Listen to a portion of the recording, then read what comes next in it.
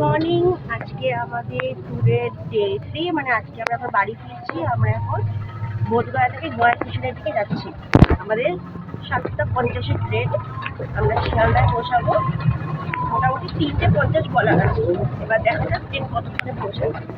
তো আজকেও ট্রেনে পুরোটা কভার করবো, কটার সময় দিয়ে যাচ্ছে। তো স্টে টিউন। তো গাইজ, আমরা 6:30 নাগাদ পৌঁছে গেছি গয়া জাংশনে। আমরা এখন 2 নম্বর প্ল্যাটফর্মে আছি, বসে এখন আমরা সব চা খাচ্ছি। তো আমাদের 7:50 ট্রেন, 5 মিনিট দাঁড়াবে স্টপেজ, সেটা 5 মিনিট দাঁড়াবে। তারপর আমাদের ট্রেন ছেড়ে দেবে আমাদের শিয়ালদার উদ্দেশ্যে। তো এখন আমার চোখের সামনে যে ট্রেনটা দাঁড়িয়ে সেটা হচ্ছে Kolkata Jammu Tawi express.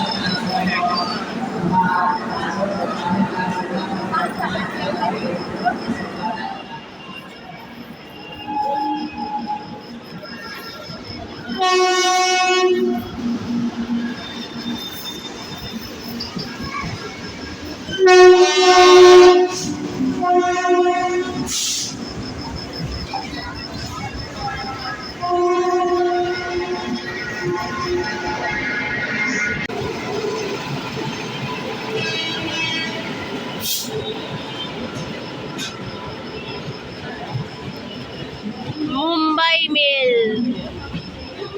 Howrah to Mumbai Mail platform number 1-এ দিয়েছে।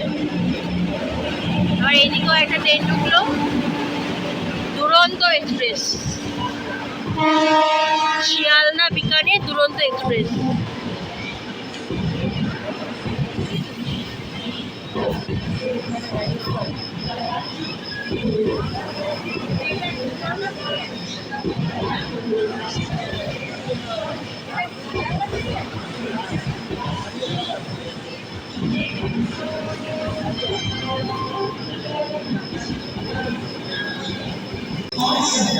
তো গাইজ, একটা কথা আমার যেরকম বলার আছে, যেমন হচ্ছে আমি এখন তো প্ল্যাটফর্ম নাম্বার 2-এ বসে আছি।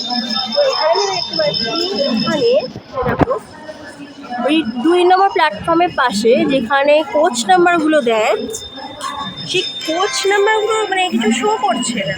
মানে কোন জায়গায় ঠিক কোন কোচটা দেবে, সেটা কি S1 পড়বে না B1 পড়বে না কি পড়বে, মানে এটা ঠিক বোঝা যাচ্ছে না। তো গয়ার মতো একটা উন্নত প্ল্যাটফর্ম, যেটা আমরা বলি যেটা জাংশন, সেখানে রেলওয়ে তরফ থেকে এইটা কেউ কিছু ঠিক করছে না, তো এটা তো ভালো কথা নয়। তো আমি সেটাই দেখানোর চেষ্টা করছি। দেখুন, আমি ব্যাক করছি আপনাদের, দেখুন জাস্ট এই 2 নম্বর প্ল্যাটফর্মের পাশে, শুধু এইটা বলে নয়, এই দেখুন 3 নম্বর প্ল্যাটফর্মের এখানে কোচ নাম্বার কোথায় কি পড়ছে সেটা দেখা যাচ্ছে না। এই 3 নম্বর, এই কোচ, এখানে ট্রেনটা দাঁড়িয়ে আছে, কোচ নাম্বার কত কি পড়ছে সেটা কোথাও কিছু লেখা নেই। তো আমাদের train Ajmer Sealdah superfast express 12988 ছেড়ে দিয়েছে। এই ট্রেনটির রুট কিন্তু রাজস্থানের আজমির জাংশন থেকে শুরু করে পশ্চিমবঙ্গের শিয়ালদা স্টেশন অবধি। এখানে স্লিপার ক্লাস, 3 AC মানে 3 tyre AC economy, 3 tyre AC, 3 AC, 2 AC মানে 2 টায়ার এসি আর ফার্স্ট ক্লাস এসি রয়েছে। তো আমি এখন আজমের শিয়ালদা এক্সপ্রেসে আছি। ট্রেন 2 নম্বর প্ল্যাটফর্মের জায়গায় 3 নম্বর প্ল্যাটফর্ম। তো আমরা S1 কোচে চলে গেছি। S1 স্লিপার কোচে আমরা যাত্রা করছি, যেহেতু 7-8 ঘন্টারই ব্যাপার, তার জন্য। তো ট্রেন এলে সঠিক সময় এসেছে 7:50-এ, ছেড়েছেও সঠিক টাইমে 7:55 অবধি ট্রেনটা ছেড়েছে। আমরা এখন গয়া জাংশন ক্রস করে মাঝখানে যে মানপুর স্টেশন, সেটাও ক্রস করে এখন ট্রেন এগিয়ে চলছে। এবার আশা করি আমার মনে হয় ট্রেন সঠিক টাইমে পৌঁছাবে। ওরা দেখো যে কোন ট্রেন কটার সময় পৌঁছচ্ছে এই ট্রেনটা। Stay tune.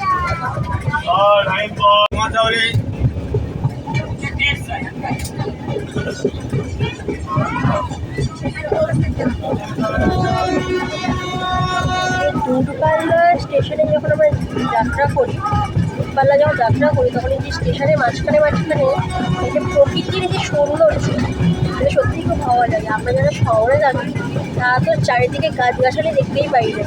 একটু যখন আমরা দূরে ট্রাভেল করি তখনই আমরা ট্রেন দিয়ে সুন্দর গাছগাছালি দেখতে পাই। চারিদিকে সবুজ দেখতে সত্যিই খুব ভালো লাগে।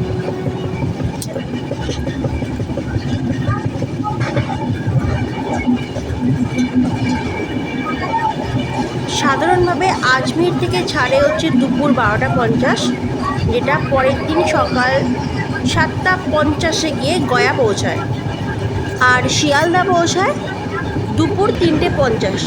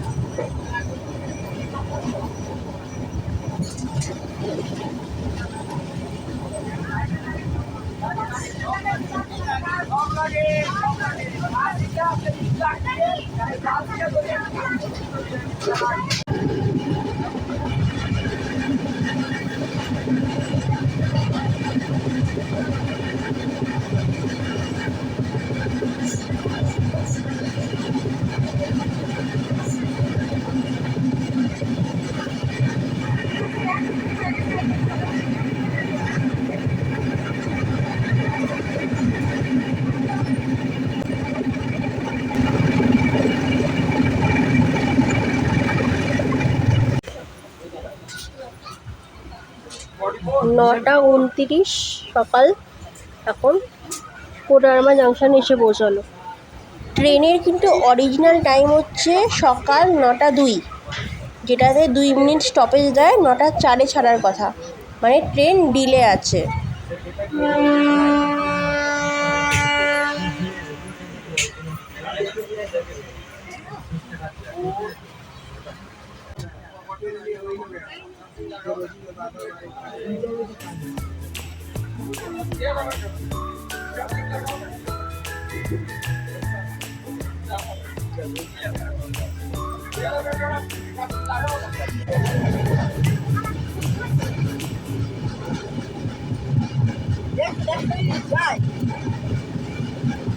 ট্রেন এখন ছেড়ে দিয়েছে কোডারমা জাংশন। এর নেক্সট স্টপেজ হচ্ছে হাজারিবাগ রোড। অরিজিনাল টাইম হচ্ছে 9:31, 2 মিনিট স্টপেজ দেয়। 9:33 ছাড়ার কথা। যেহেতু ট্রেন ডিলে চলছে, দেখা যাক কতক্ষণে ট্রেনটা পৌঁছায়।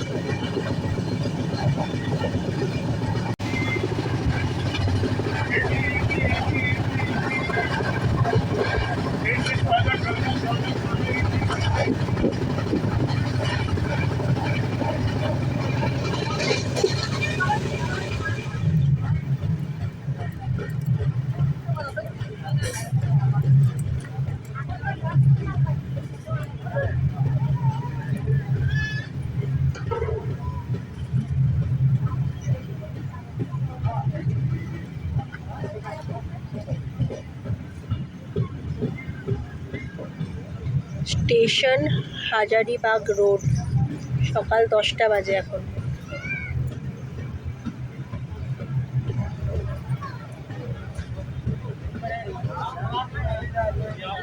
মানে হচ্ছে ট্রেন পুরো 30 মিনিট লেট।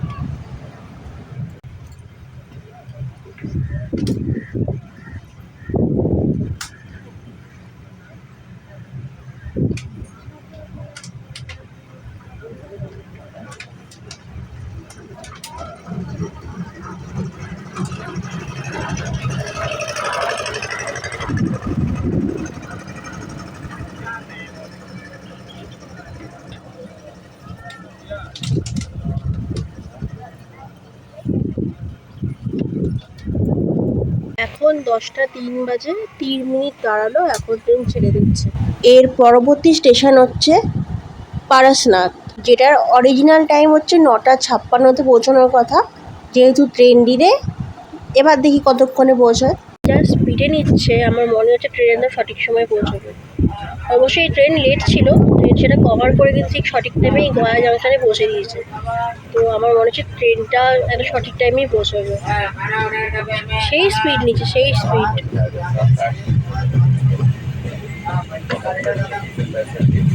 खाना ऑर्डर, खाना दोपहर में खाना देगा, खाना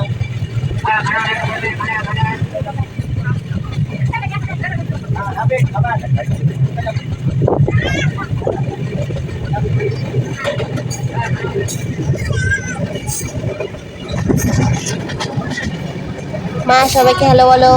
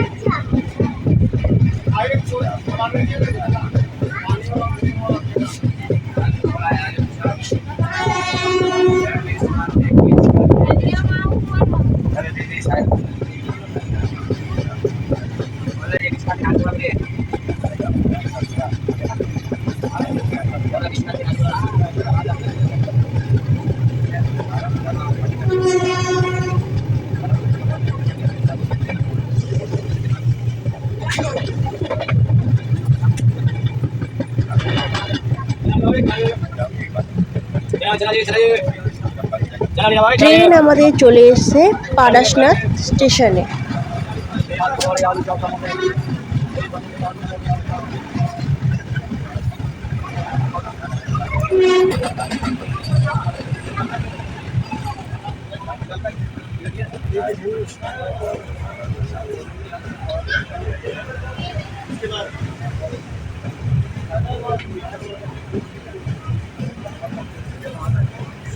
সকাল 10টা 22, এখন পারসনাথ স্টেশনে এসে পৌঁছালো।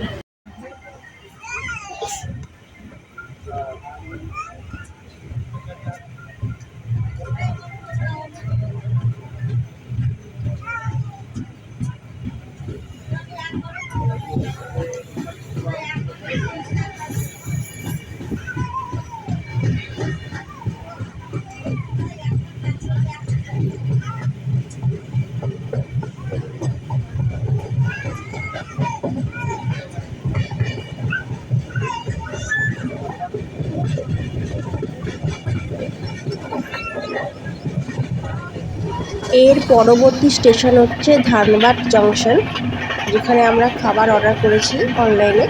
আমাদের ট্রেনে এসে দিয়ে যাবে ধানবাদ জংশন।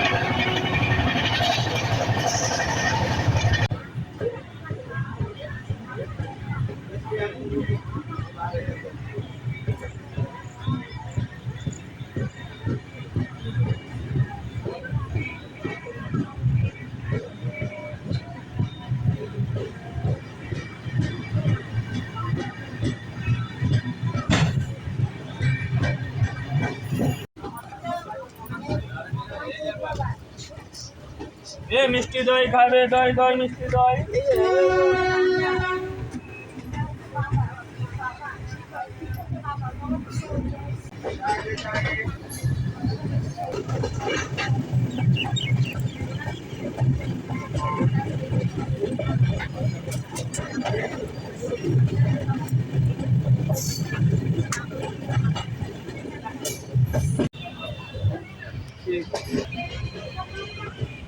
ট্রেন আমাদের এসে পৌঁছলো ধানবাদ জংশনে।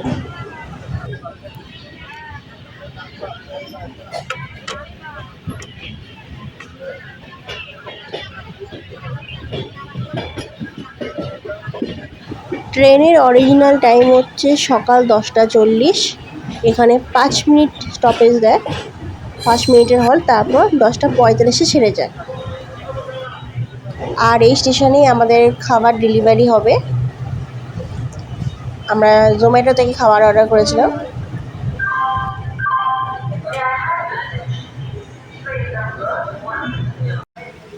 আটকানো আছে? হ্যাঁ,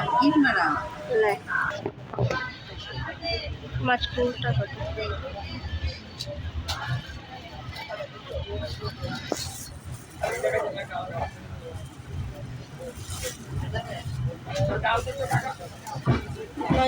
খাওয়া দিয়েছে।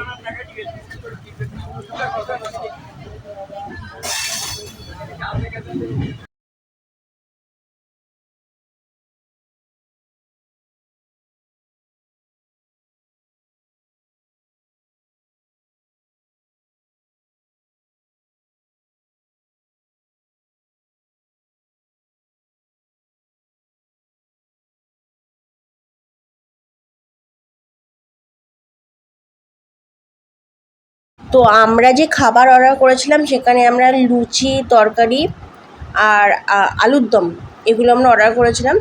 তো তরকারি থেকে বেশি হচ্ছে ঝোল, তরকারির ঝোল বেশি, তরকারি কম। আর এইভাবেই আমরা খেয়েছি, যেহেতু আমাদের সারভাইভ করতে হবে, যেহেতু এক বেলার ব্যাপার ছিল, তো তার জন্য আমরা বেশি কিছু অর্ডার করিনি।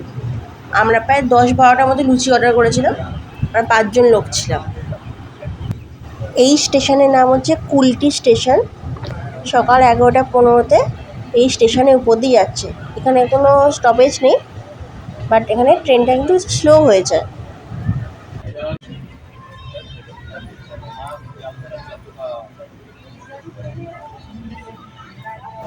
এটা হলো সীতারামপুর জংশন। 12:06 বাজে এখন। আসানসোল পশ্চিমবঙ্গের দ্বিতীয় বৃহত্তম শহর এবং রাজ্যের অন্যতম প্রধান শিল্প ও পরিবহন কেন্দ্র। ট্রেন আসানসোল জংশন এখন ছেড়ে দিচ্ছে। পশ্চিমবঙ্গের বর্ধমান জেলার সদর দপ্তর এবং দামোদর নদ উপত্যকায় অবস্থিত। আসানসোল কয়লা খনি ও ইস্পাত শিল্পের জন্য সারা ভারতে পরিচিত। এটি কোল্ড বেল্ট নামেও পরিচিত এবং এর কাছাকাছি চিত্তরঞ্জন, বার্নপুর এবং কুলটি অবস্থিত। আসান মানে এক ধরনের গাছ এবং সোল কয়লাযুক্ত জমি, এই শব্দ থেকেই আসানসোল নামের উৎপত্তি। আমার পছন্দের স্টেশনগুলোর মধ্যে আসানসোল জংশন আমার খুব পছন্দের একটা স্টেশন। এটার অরিজিনাল টাইম হচ্ছে সকাল 11:51-তে পৌঁছানোর কথা, আর 11:54 ছেড়ে দেওয়ার কথা, কিন্তু ট্রেন যেহেতু লেট, তাই এটা ওই আধা ঘন্টার মতো লেট। আসানসোলের কাছেই আছে চুরুলিয়া গ্রাম, যা ভারতের জাতীয় কবি কাজী নজরুল ইসলামের জন্মস্থান। এই শহরে কাজী নজরুল বিশ্ববিদ্যালয় তার নামে উৎসর্গীকৃত।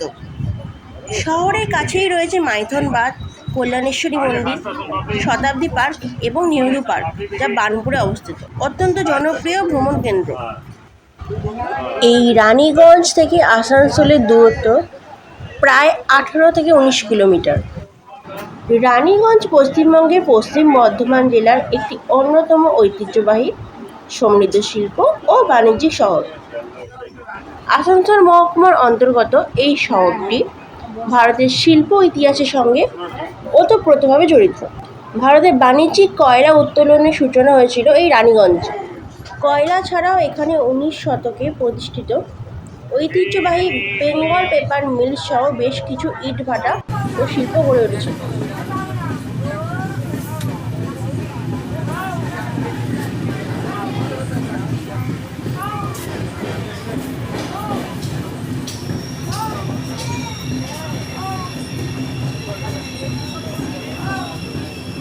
ঘড়িতে সময় দুপুর 1টা 9 আর ট্রেন আমাদের দুর্গাপুর স্টেশনে এসে পৌঁছালো।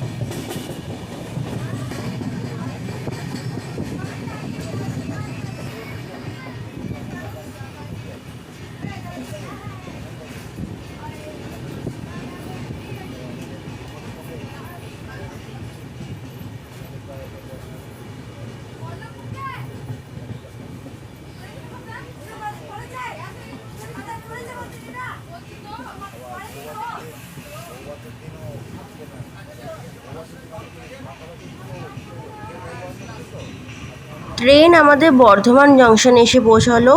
অরিজিনাল সময় কিন্তু 1টা 39,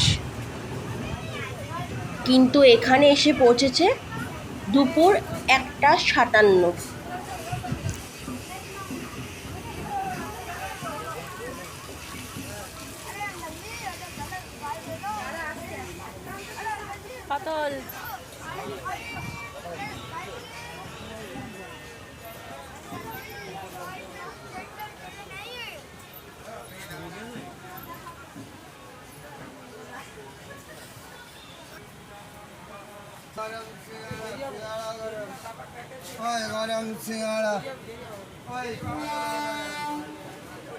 এখন সময় দুপুর 2:01। আমাদের ট্রেন ছেড়ে দিচ্ছে বর্ধমান স্টেশন থেকে। আমাদের পরবর্তী এবং শেষ স্টপেজ হচ্ছে শিয়ালদা। বর্ধমান জংশন পশ্চিমবঙ্গ তথা পূর্ব ভারতের একটি অত্যন্ত গুরুত্বপূর্ণ এবং ব্যস্ত রেলওয়ে স্টেশন। এটি 1855 সালে শুরু হয়। প্রথম দিকে হাওড়া থেকে বর্ধমান পর্যন্ত ট্রেনের সূচনা দিয়েই পূর্ব ভারতের রেল চলাচলের ইতিহাস শুরু হয়েছিল। হাওড়া দিল্লি প্রধান লাইন, হাওড়া গয়া লাইন এবং শিয়ালদা বর্ধমান লাইনের মতো গুরুত্বপূর্ণ রুটগুলি এই স্টেশনের উপর দিয়ে গিয়েছে। এই স্টেশনটিতে মোট 8টি প্ল্যাটফর্ম রয়েছে, যা প্রতিদিন শত শত দূরপাল্লার এবং লোকাল ট্রেন পরিচালনা করে। যাত্রী সুবিধার জন্য এখানে waiting room, food court, lift ও এসকেলেটর এবং ওয়াইফাইয়ের সুবিধা রয়েছে।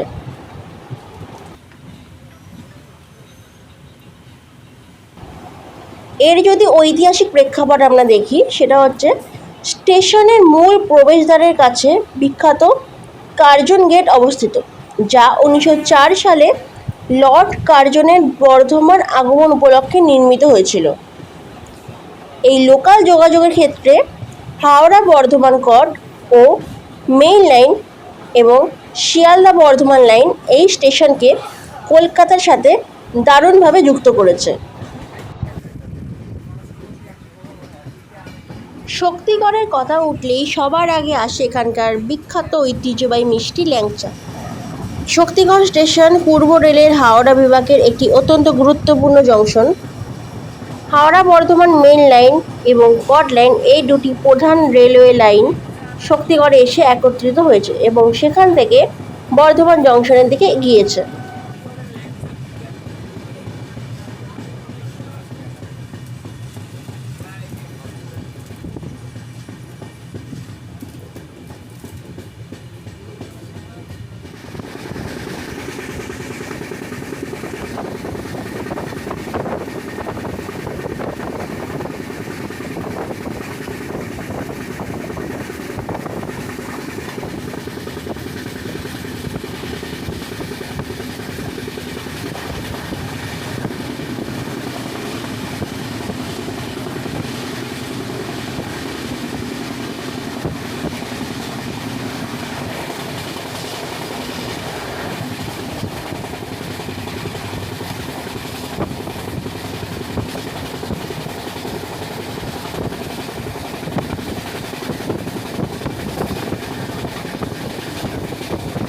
জনাইয়ের নাম শুনলে প্রথম যা মনে পড়ে সেটা হচ্ছে রাজকীয় মিষ্টি মনোহরা। ছানা ও খোয়া ক্ষীর দিয়ে তৈরি এই মিষ্টির উপর চিনি বা ক্ষীরের বিশেষ প্রলেপ থাকে, যা তার স্বাদকে অনন্য করে তোলে। হাওড়া বর্ধমান কড লাইনে জনাই রোড একটি স্টেশন। হাওড়া থেকে মাত্র 30-35 মিনিটের দূরত্ব। এটি পশ্চিমবঙ্গের হুগলি জেলার এক অত্যন্ত প্রাচীন, ঐতিহ্যবাহী এবং সামন্তযুগীয় সংস্কৃতিতে সমৃদ্ধ একটি গ্রাম।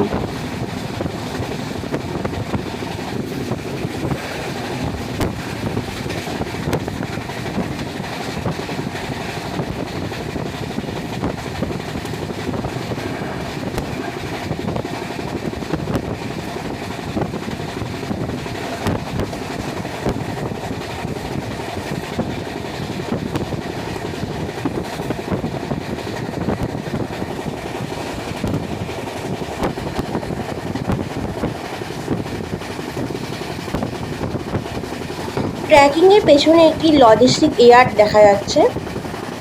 পিছনে ডেলিভারি, একটি লজিস্টিক ও কুরিয়ার কোম্পানি লেখা বোর্ড রয়েছে। এটি একটি একক ওভারহেড ইলেকট্রিক লাইন সহ রেলওয়ে ট্র্যাক।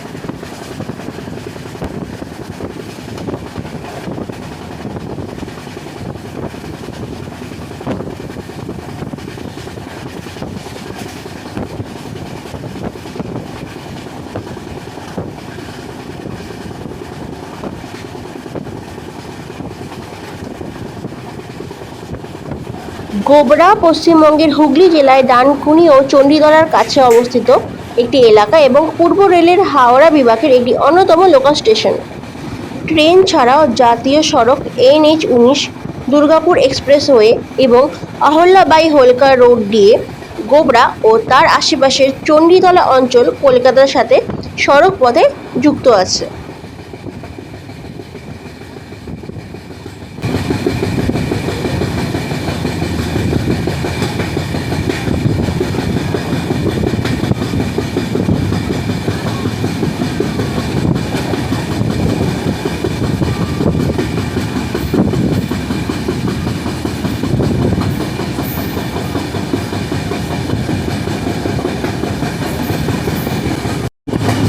ডানকুনি জংশন পশ্চিমবঙ্গের হুগলি জেলার একটি অত্যন্ত গুরুত্বপূর্ণ রেলওয়ে জংশন এবং কলকাতা সংলগ্ন প্রধান logistic hub.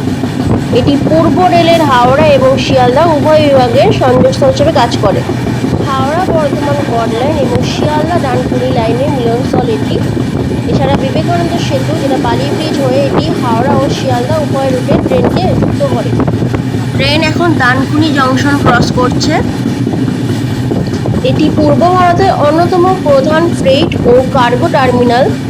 Dedicated freight corridor প্রকল্পের আওতায় ডানকুনি একটি গুরুত্বপূর্ণ ভূমিকা পালন করেছে।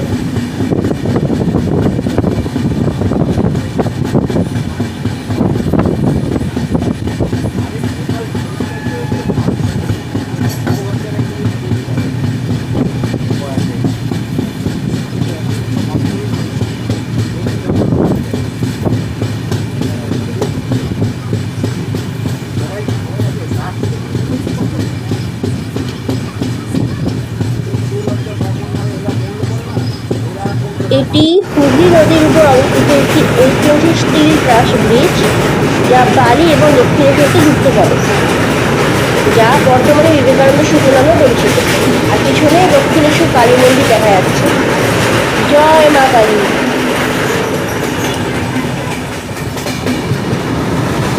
আমাদের ট্রেন এখন দক্ষিণেশ্বর রেল স্টেশন ক্রস করছে, পাশেই দক্ষিণেশ্বর মেট্রো। ঘড়িতে 3:16 টাইম।